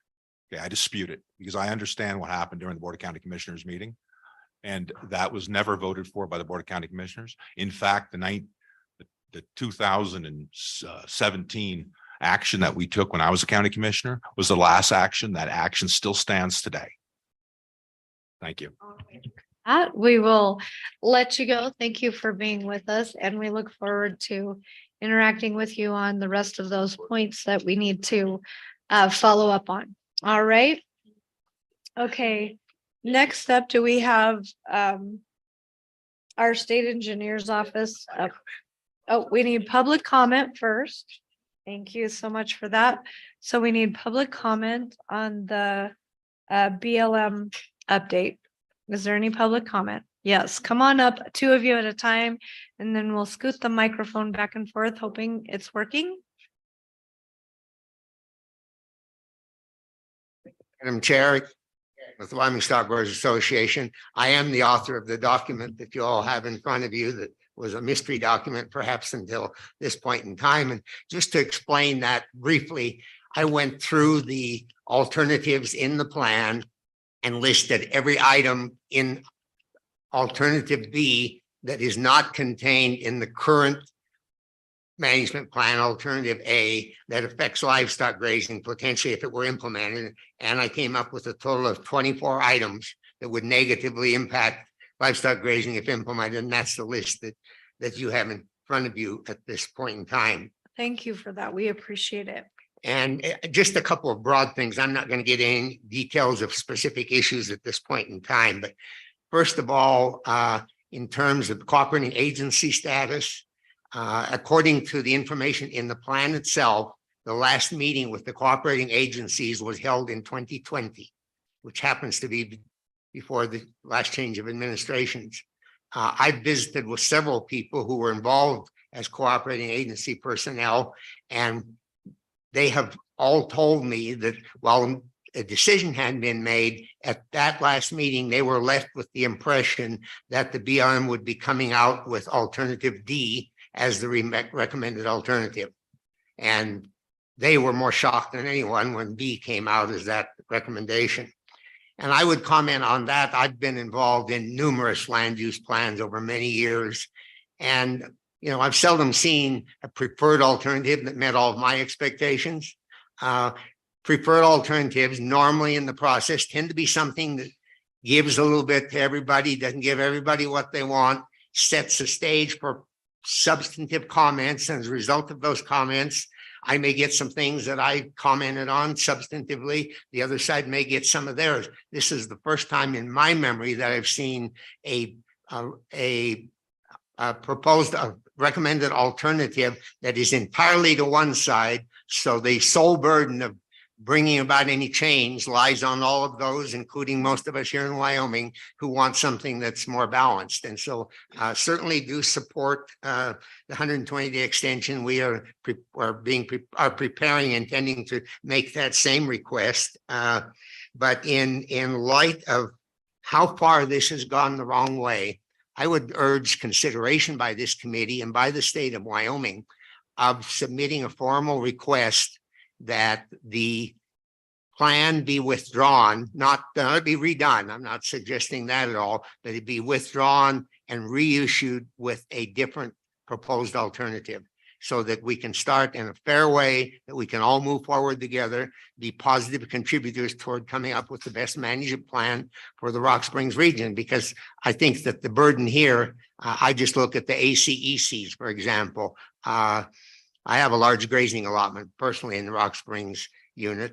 It will be entirely within an ACEC. That not only impacts whether I can graze or how I can graze the BLM lands, it impacts whether I can continue to use the state trust lands. It impacts the value of my private lands that are interspersed in there. And that's happening to people across this BLM district. So I think that the only way that I can see to get a fair way to approach this is to have them go back, come out with alternative D or a new alternative if they prefer to do so, but one that provides some balance and lets us all have the opportunity to then have some input that can be meaningful instead of this one, as I described it in a recent newsletter. I don't know if many of you have seen that, as a hurricane, not caused by climate change, but by political change. And really that's what it is today. And I think an extension is helpful, but I think we have an insurmountable burden if it moves forward in the way it's been presented at this time. With that, Madam Chair, I'd be happy to take any questions. Any questions from the committee? Thank you, Mr. McGagnon. We appreciate the paper and your work on this. It's important work. Next up, Right. Madam Chair, Paul Ulrich, Jonah Energy, spent about 25 years working on NEPA issues from APDs to large scale EISs to what we're dealing with not only one, but 5 land use plans that are ongoing currently in the state of Wyoming, and that's the tip of the iceberg. I am not going to get into detail on the Rock Springs RMP. There's too much there. There simply is. I will tell you this from my standpoint and my recommendation to the state of Wyoming, and as we do kind of 3 things. First and foremost, this is a horsepower issue. Nobody on this committee, me, nobody behind me, with maybe a couple exceptions, have probably even read the entire document page to page, nor have the time and expertise to dive into it outside of maybe their area of expertise. That's Madam Chair, that's a challenge for us. This mic, I think, is going. What I'm recommending we do is first and foremost, work together between the industry, our ag friends and the legislature to make sure that we have the expertise, the knowledge and the support that the cooperating agencies need to properly respond early and often throughout that initial process. Second recommendation I would make is we need some sort of a working group statewide on NEPA. It is, as I mentioned, something I've spent a lifetime doing literally in my career.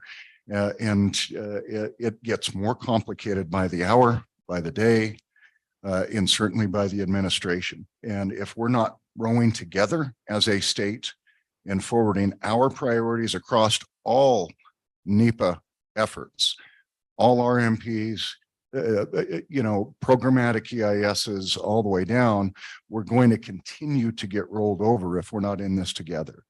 I think that's an absolute must for the state of Wyoming as we bring the experts to the table up front to be able to have some sort of a NEPA working group.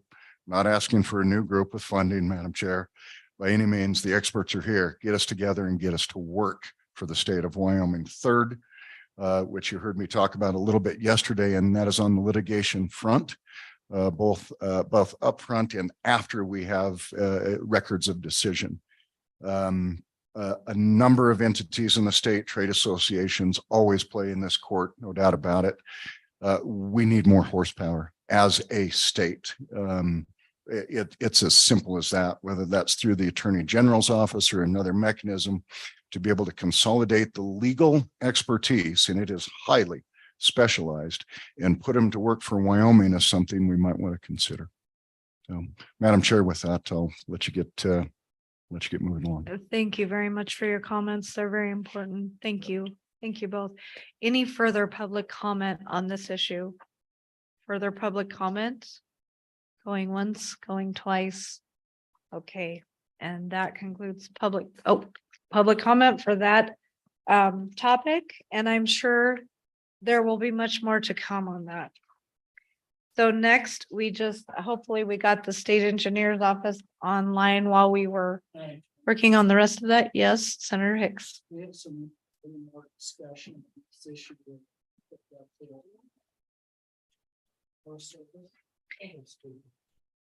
Yes, let's get Senator Hicks a microphone, and yes, committee discussion. I think that would be appropriate and very important at this time. I know we've got a couple more days together that we can, some of us anyway will be here. But this is a huge issue for our state. So go ahead, Senator Hicks. So, Madam Chairman, my colleague here, Senator Ide, it handed me a statute that we currently have on the books, and it deals with the legislature's ability to participate in legal actions, and it's a 28-8-114, and the subtitle is Legal Actions Authorized Employment of Counsel. And this is specific to the legislature. And so, Madam Chairman, I am going to propose that we authorize a bill draft with LSO, and this deals specifically with proper interpretation and administration of the Constitution of the United States and the Constitution of the state of Wyoming. I think we need to add another subsection in there that did, and I'm going to read what this subsection would probably say. We'll get a draft, we'll work the draft, work the bill, but it says the legislature finds that the proper interpretation and administration of federal land use plans in the state of Wyoming are a matter of great public interest and importance. And the legislature has sufficient interest in the proper interpretation and administration of the National Environmental Policy Act, Historic Preservation Act, Endangered Species Act, Clean Air Act, and the Clean Water Act, and other acts promulgated by the federal government, and its own enactments to provide standing for the legislature to prosecute an action for declaratory judgment to protect the interests and the interests of the public. So, Madam Chairman, I would move that we authorize a bill draft to bring in and amend 28-8-114 for consideration at the next committee meeting. And this would be specific to the Joint Ag Committee, Madam Chairman. I think they're really, because they are the oversight committee for select water anyway, that it would be something that we would consider at our next Joint Ag meeting in November to look at that bill draft. If we wanted to include another specific section in there requiring the legislators' participation as a cooperating agency section, I think that would be another section that we would want to consider in the draft. But Madam Chairman, right now, what I would suggest is we just pass a motion to amend 28-8-114 to include federal land use plans and federal acts, and contemplate including cooperating agency status for the legislature. Okay, so this is a motion for the Joint Ag Committee. Staff, did you get that? Have you got it? Okay, and we've got a second. It was moved by Hicks, seconded by Ide. And so only the Ag Committee will be voting on this. Select Water, you're open for discussion, but it will only be a vote for the Ag Committee.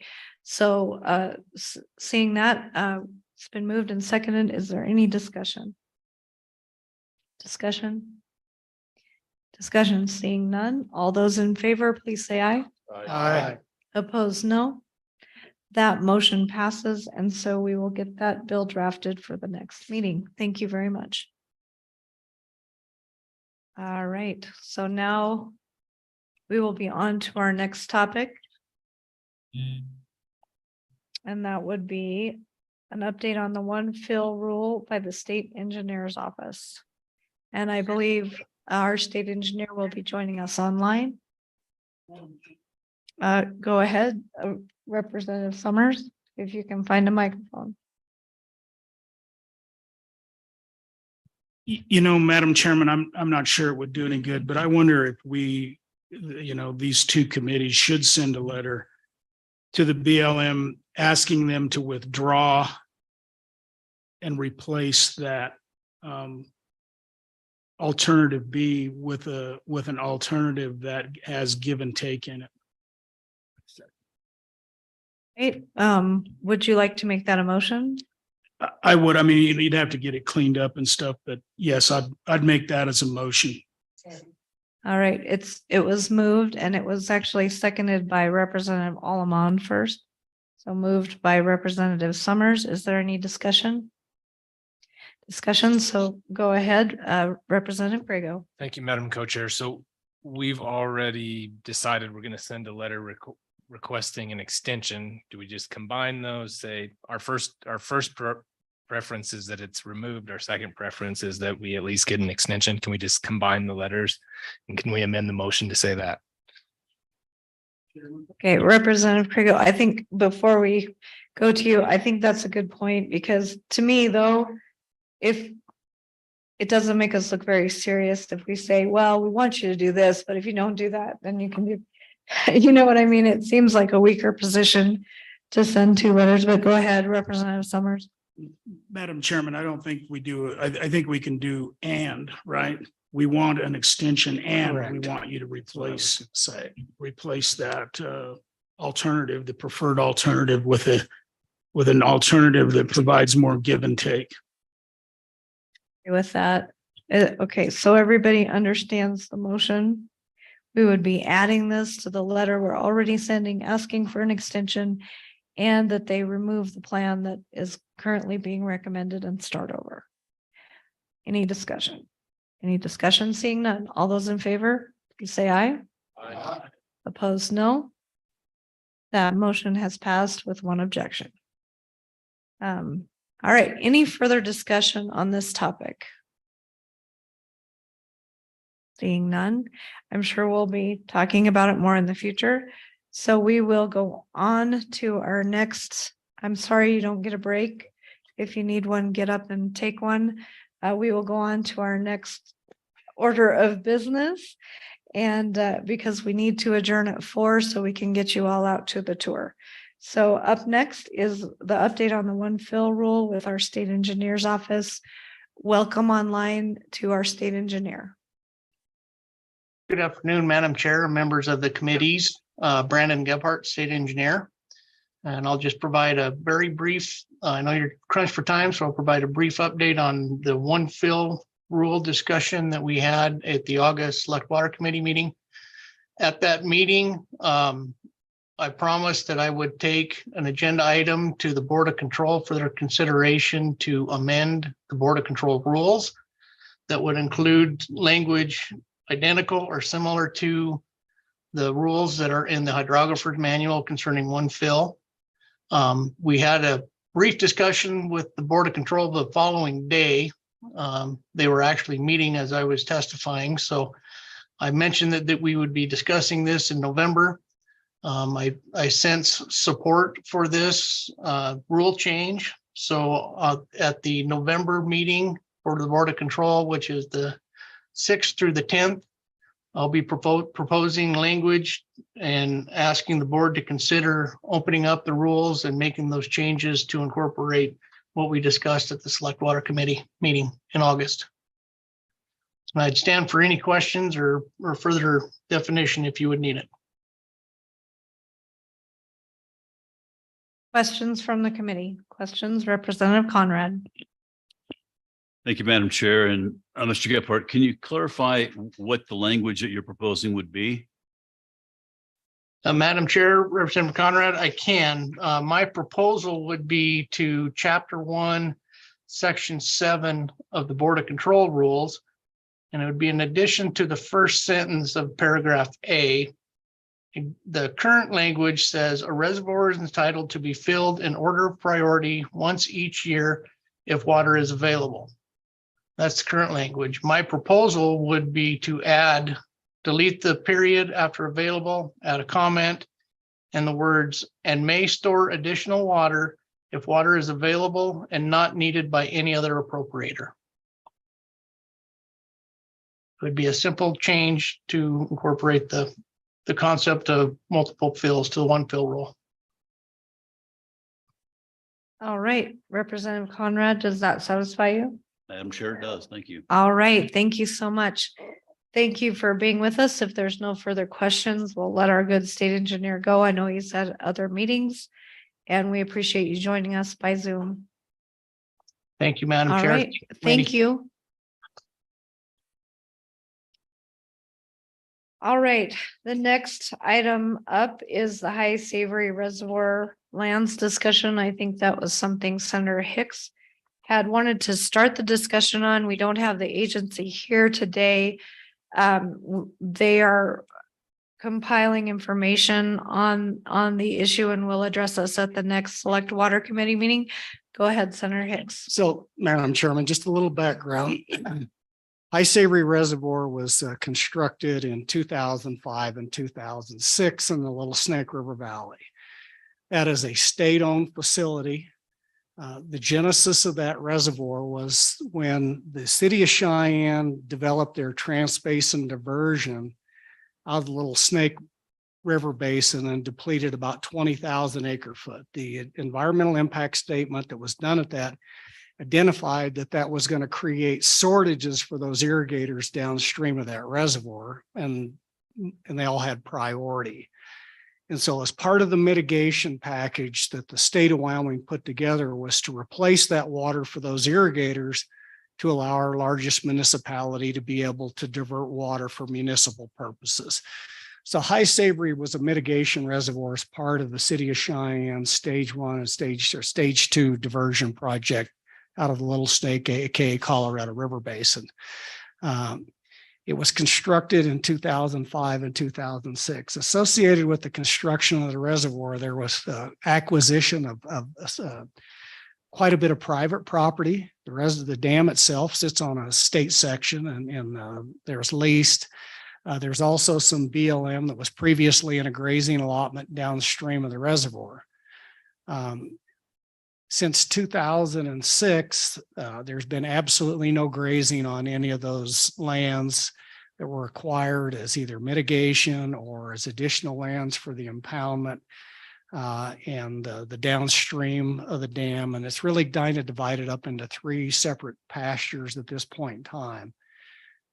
We've got a number of requests from agricultural producers in that area to look at incorporating some of those lands into a grazing operation and lease some of the grazing rights from the Water Development Office for those lands, keeping in mind they haven't been grazed since 2005, 2006. So those lands are just idle. There is some permit conditions associated with some of the mitigation property in there was acquired, some for elk, winter range, and a few other things. I bring this to your attention because at the November meeting, we'll get the information on what the permit requirements are and what we can and can't do. But it's inherently in the best interest of the state of Wyoming and the Water Development Commission, and certainly those agricultural producers in there. If there's no prohibition against maintaining some grazing operations on those lands owned by the Water Development Office, or that they have the permit from the BLM for, it makes just good sense that we manage those lands consistent with all the multiple use mandates that we support as the state of Wyoming. So more importantly than anything else was just to get this on the radar screen. Again, Select Water will take this up with the Water Development Office. In November, there'll be a determination that we'll get on once we look at all the permit conditions on these from both the 404 permit with the Corps, Fish and Wildlife Service for any of the wildlife mitigation, consult with the Game and Fish Department. We may be coming back with a recommendation. It hasn't been determined yet as to whether the commission could enact that or whether it will take legislative authorization, but we will look at that again in November in concert with the commission and with a little more detail. But I just wanted to get that on the radar screen for Select Water. If Select Water would require legislation, would sponsor that, but it would come back during the session to the Joint Ag Committee. So it's more of just an informational, this is in the works, and you'll be seeing more about it. So with that, Madam Chairman, that was the only purpose of the update. It's just to get it on our radar screens as the 2 standing committees that are the 2 committees that might have jurisdiction over this issue. And so with that, Madam Chairman, I'd stand for any questions. From the committee, questions? Seeing none, we'll be hearing more about that.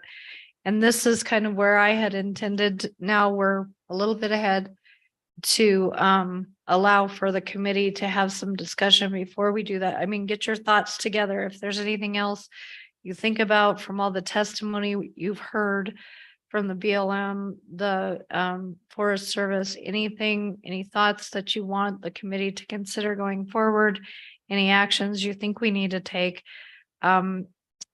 be thinking about that. And then we'll go to public comment here.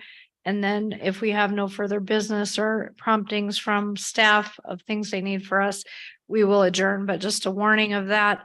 So next, we will take public comment on all of the things you've heard from the Select Water Committee portion of the business, or anything else you've heard in the last 2 days that you'd like to just come up and visit with us about, or any other issue across the state that we need to be made aware of. So with that, we'll open it up for any public comment.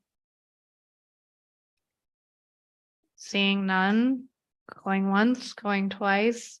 Any public comment online from anyone? I don't think we're seeing anything from our staff. No one's online. So that will conclude the public comments and our public comment for this 2 days of meeting. Is there anything else from the committee? Any further discussion, issues, or actions the committee would like to take? Madam Chairman. Yes, Senator Hicks. And I thank Mr. Ulrich for bringing in his comments. I don't see him here anymore, but I've often thought my time in the legislature and then time as working for another local government that participates in a lot of federal land use. And I would say his comments are absolutely spot on. It gets to some of the discussion that I talked about earlier, that to a certain level, the state lacks the technical expertise to do some of the modeling and stuff. Typically, we would hire consultants. But I just believe that it is probably time for us to consider. I'm not saying that this is something that we need to do now, but I think we need to explore that we would create another division within the Attorney General's office specific to NEPA compliance. I mean, typically we go out right now, the local governments. I know Ken Contley here, that we report routinely the counties and the conservation districts retain legal counsel on federal land use planning, NEPA, and all of these things. It's something that I think we ought to explore. Obviously, that would be a discussion with our Judiciary Committee and members, but we do lack the expertise when it comes to federal land use planning and many of these federal acts to be able to participate in just understanding the legal ramifications and level of participation, and then actions that the state may or may not want to take. But more importantly, is to have that expertise to review those documents and provide legal opinion on those, both for the state and the local government. But I think it's something that needs to be explored at a much greater depth. I would agree. And is there any further comments? I think it's something we need to continue to discuss and decide the most appropriate place and how we do that and what that looks like, because I think there's a lot more to all of these issues, and a lot of it's getting the right people to the table. There's a lot of expertise out there in industry as well that I don't think we always hear from, and maybe that's because we're on this committee, not the minerals committee or some other, but I think there are a lot of solutions that need to be found. Is there any further discussion? Further discussion? Madam Chairman, I just know that if we don't put something on the calendar at some point in time to capture this, then it'll be forgotten and we'll be off on other issues and stuff. So at some point in time, I would suggest that maybe the chairman get together. It's really an issue for the Joint Ag Committee, is because it's the Agriculture, Public and State Lands and Water Resources Committee. I think that's the home committee for this, is something to look at it at November and maybe develop a little more of a program or a presentation about this